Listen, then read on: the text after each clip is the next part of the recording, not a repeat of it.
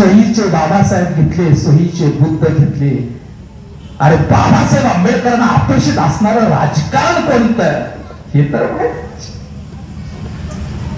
बुद्ध वेगळं, बुद्ध आणि धम्म आणि राजकारण ह्या वेगळ्या गोष्टी नाही.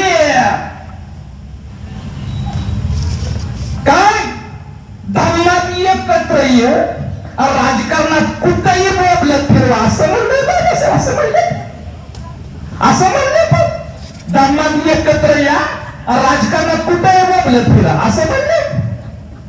जय भीम बोलून किती विचारलं हे नाही म्हणले. भारताच्या संविधानानुसार लोकशाहीचं जीवन मूल्य यशस्वी करायचं असेल तर भारत हा पुन्हा बौद्ध भारत झाला पाहिजे. याच्यासाठी आंबेडकरवादी स्वाभिमानाचं राजकारण केलं पाहिजे असं म्हणलेत ना.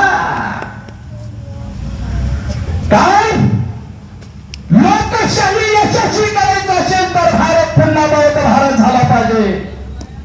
बौद्ध भारताचं पुनर्निर्माण हे खरं राष्ट्रीय कार्य आहे. त्या राष्ट्रीय कार्य करण्यासाठीच माझ्या अभियानाचं नाव आहे चला आपल्या बुद्धाच्या घरी.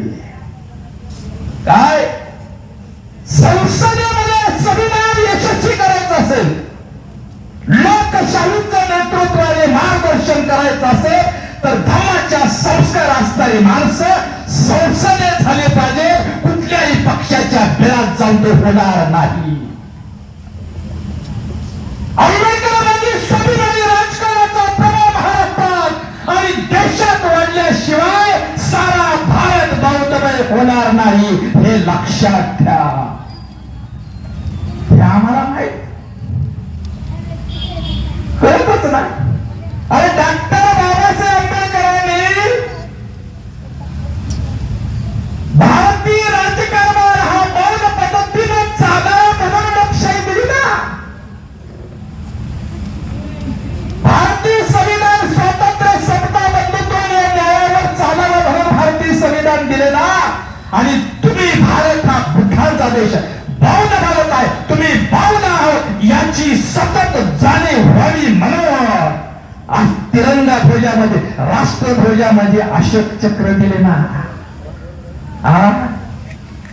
आणि पुन्हा भारत बौद्ध भारत भारत हिंदू भारत कधीच नव्हता. मराठा बांधव बौद्ध आहे, आमचा मातंग बांधव बौद्ध आहे, आमचा महाराष्ट्र बांधव बौद्ध झालाय, आमचा ओबीसी बांधव बौद्ध आहे, आमचा होलार बांधव, धनगर बांधव, माळी बांधव, मराठा बांधव, शेतकरी बांधव मूळचा बौद्धच आहे हो. याची त्याला जाणीव नाही. अरे परक्याने दिलेली श्री तुम्हाला धर्म वाटतो आणि आपला बुद्ध तुम्हाला परका वाटतो. तुम्हीच तुमचं काही कळलं नाही तुम्हाला. परक्याने दिलेली श्री हा तुम्हाला धर्म वाटतो आणि त्या धर्माचा गौरव तुम्हाला गर्व शेक हो.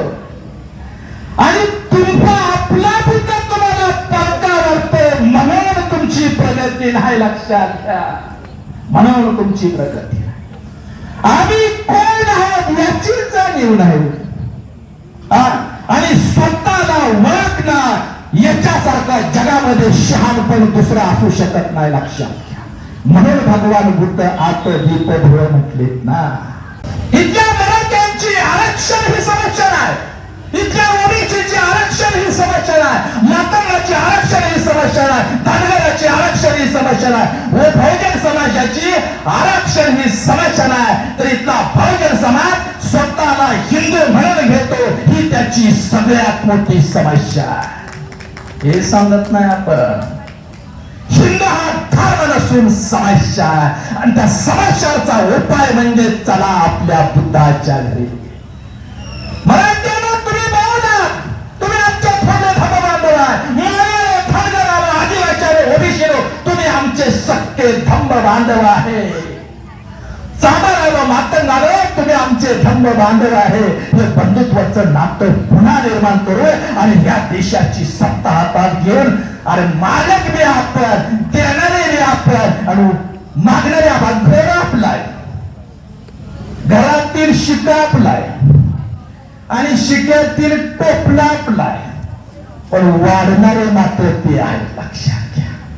आणि भांडणं कशाची लागल्या ती भाकरी नसणाऱ्या रिकाम्या टोपल्यासाठी भांडणार तर. अरे त्या भाकरी तर पाहिजे ना, रिकाम्या टोपल्या फिरतोय मानवाड्यात, ओबीसी मध्ये मराठवाड्यात घे भाकरी. अरे भाकर आहे का बघितलं त्याच्या आरक्षण कंत्राटी करणार, खाजगी करणार ना, हे व्यापारी करणार, कर्ज संपुष्ट आणलेला विषय. आणि रिकाम्या टोपल्या तुमच्या हवाले केले, त्याच्यात भाकरी नाही, त्याच्यात भांडणं लावल्या ती. आरक्षण ही समस्या नाही, तुम्ही स्वतः राबवा. आणि ग्रामीण धर्म व्यवस्था ही समस्या आहे. त्या समस्यातून मुक्त व्हायचं असेल तर तुम्हाला पुन्हा एकदा बौद्धपणे पुनर्जीवित करावं लागेल. त्याच्यासाठी हे माझं अभियान आहे. चला आपल्या भूतांच्या घरी.